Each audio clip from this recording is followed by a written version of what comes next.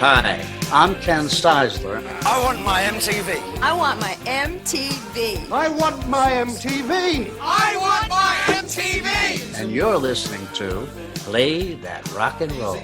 I want my MTV. I want my MTV. I want my MTV. I want my MTV. Too much is never enough. Ain't working. Tell us about that day. So it launches in, was it August 1st, 1981?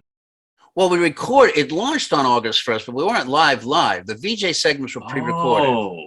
Yeah, the way it worked was there was what they call NOC, Network Operations Center, at the end of Long Island. I'm trying to remember, it was like Smithtown, Long Island or something like that. And that's where all the music videos were actually.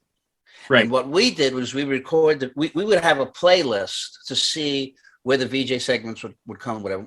And we record a VJ segment, and we, the back announce, we'd look at the playlist and go, okay, well, this song just played. Now we're going to this song, and we'd promo this. So we put all the information in because we knew on paper what they were going to be playing.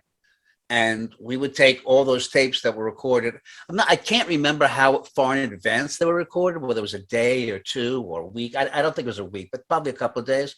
And all of that, those recordings were physically, maybe they were satellite. I don't know this part. You'd have to bring on somebody like an Andy Setos who knew how to do it. They might have satellited it out to Smithtown, and then they integrated all the materials together, or we physically had it shipped out. I'm not really sure which one happened. Oh, wow. I did not realize that, because it's certainly, I went back, and on YouTube you can find the first 2 hours pretty much as broadcast, a couple of things cut out because of copyright or whatever, but it certainly has the live feel, in particular with the VJ segments. I remember there was at least one point where Mark introduced the wrong video, so I always had this idea that it was like red hot live.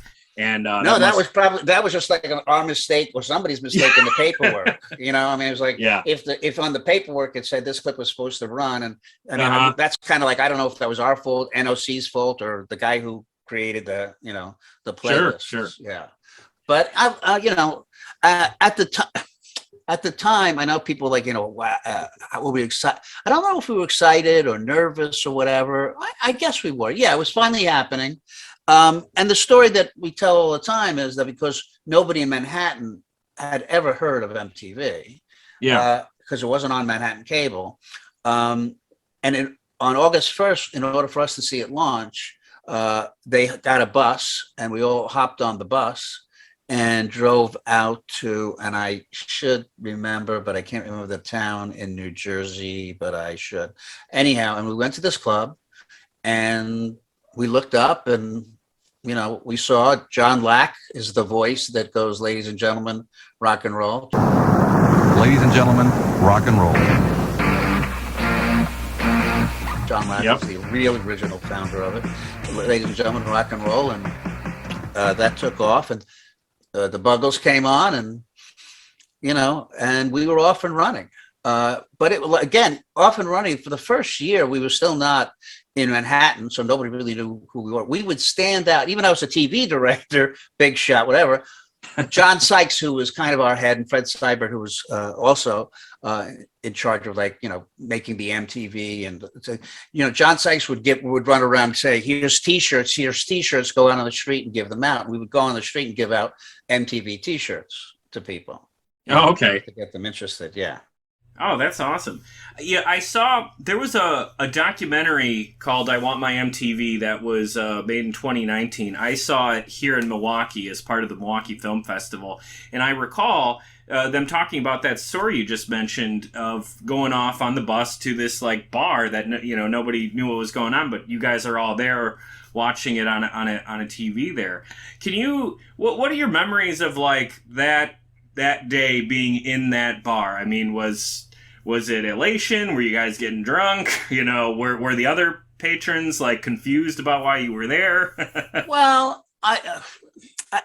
no, listen, it's a bar, so people are generally just interested in getting a drink and, getting a buzz. So I don't think anybody paid attention to, what was happening. But, I don't think more than anything that, you just, yes, it was fun. And I think we're all excited. And then it was like, let's have a party. MTV was a lot of partying. We did do a lot of partying. There was a lot to celebrate. We celebrated it. So, that was like the start of our celebration. And then we just went in, then each department just went off doing its own thing. And we came, and it was great there for, Were your it's eyes interesting what's happened now. Oh, sure. Yeah. That night, were your eyes glued to the TV because that was your direction, or did you feel totally comfortable because you had already done it? Oh no, I wasn't going to watch it. I mean, I think I really don't have much of a memory after that because I do like my cocktails, so I don't really know. So yeah, I mean, but I think it was just turned into just having a good time. Yeah, that's cool. Basically all I remember from that evening. Oh, for sure. So then if you were directing those first 5 hours, did you have a say in like what videos got picked or what order they went in or anything like that? I had no, those were all decided elsewhere. I mean, my responsibility was the VJs were on the set and what camera they would be looking at, basically that, what camera they'd be looking at. And that was it, How did you like working with the VJs? Well, we're all still, we're all very close. And oh, really? That's awesome.